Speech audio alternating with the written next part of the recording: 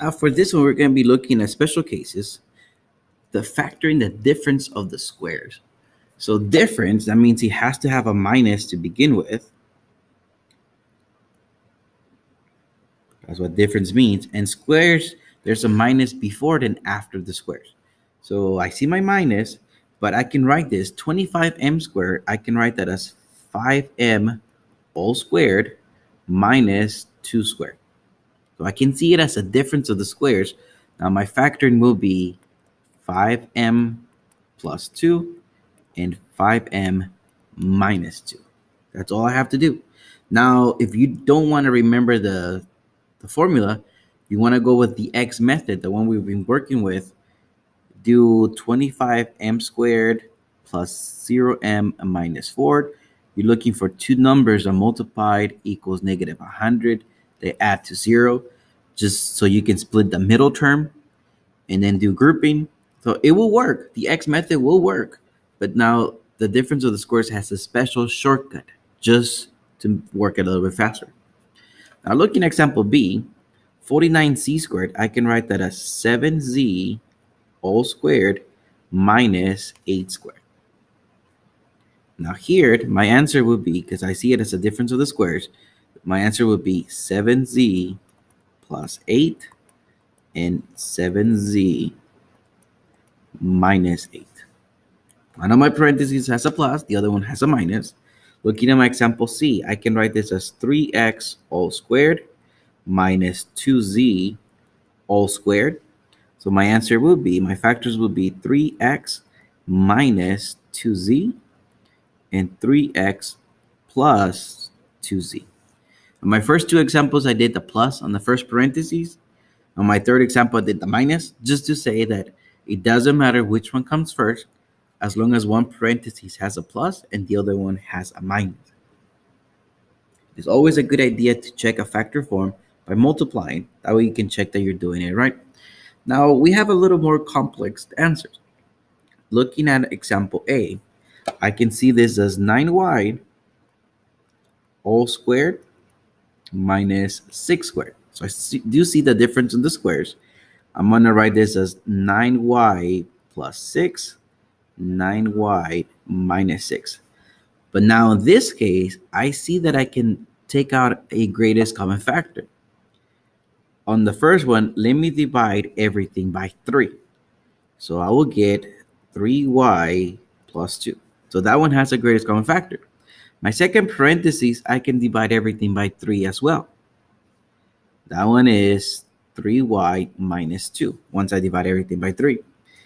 But I see 2 parts. That means my greatest common factor came out in parts at 3 and a 3. Multiply those, and we're going to say my greatest common factor was 9 to begin with.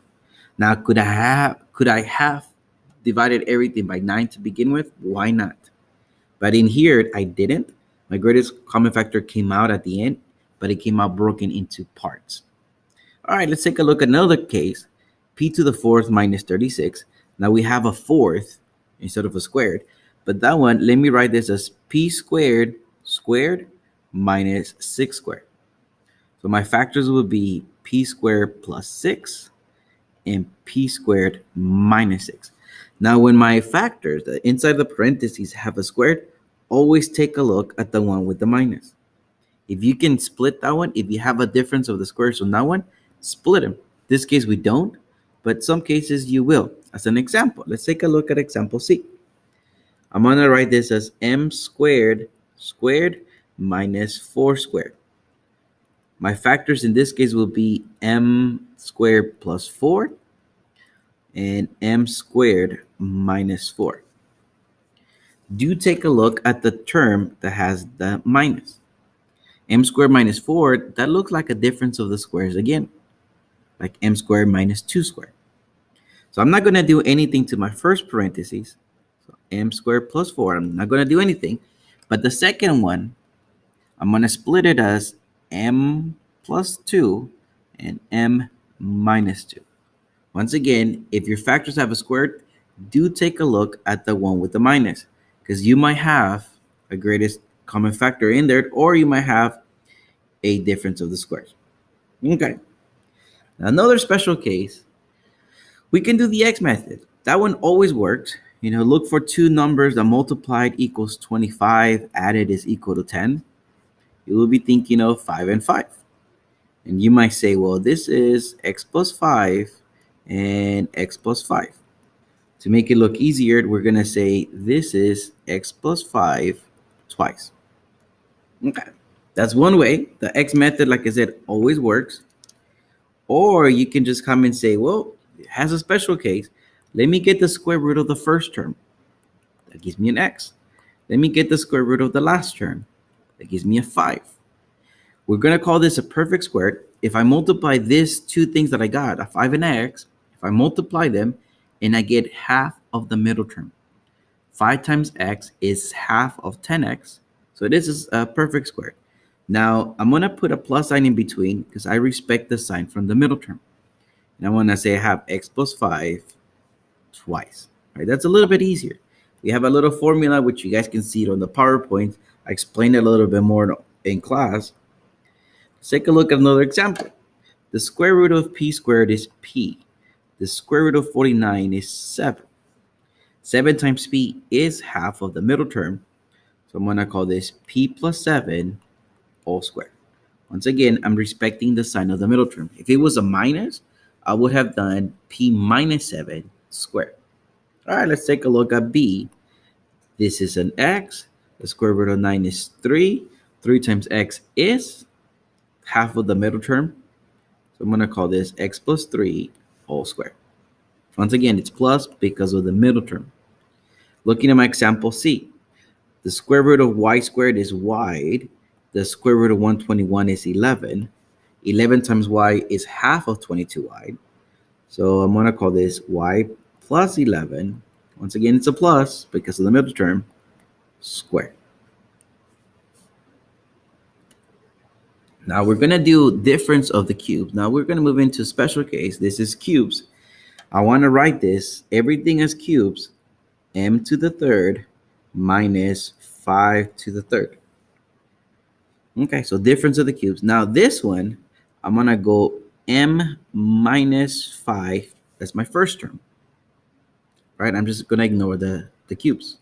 My second parentheses will be kind of lengthy. Notice how my first term is m, so square it. That's going to give me m squared. My second term is of negative 5. Square it. Negative 5 times negative 5 give me positive 25. So in my second parenthesis, I'm going to have 3 terms, but it's easy to get the first one and it's easy to get the last one.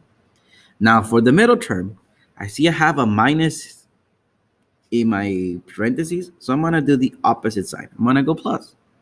I'm going to multiply my 2 terms, 5 and m. That gives me 5m. That would be my answer. Now looking at b, I can write this as 2p all cubed minus 3 cubed. So my first parenthesis will be 2p minus 3. My second parenthesis, remember, squared 2p. So that gives me 4p squared. Square your 3, we're going to finish with a 9. So I find out the first term, I find out the last term. For the middle term, because this is a minus, I'm going to write this as a plus. Multiply the terms on the first parentheses. So 2p times 3, that gives me 6p.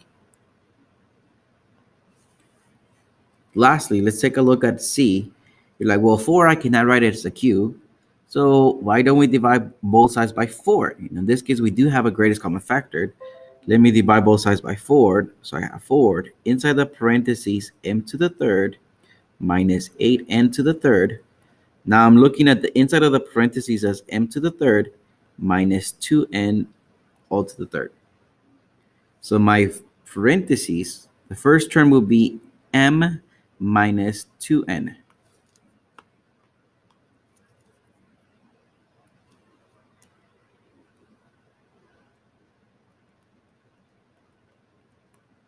My second parenthesis will start with m squared. It will finish with 4n squared. Now my middle term will be a plus. Once again, I see this as a minus, so I go opposite sign. And then multiply the 2 terms from the first parentheses. 2n times m,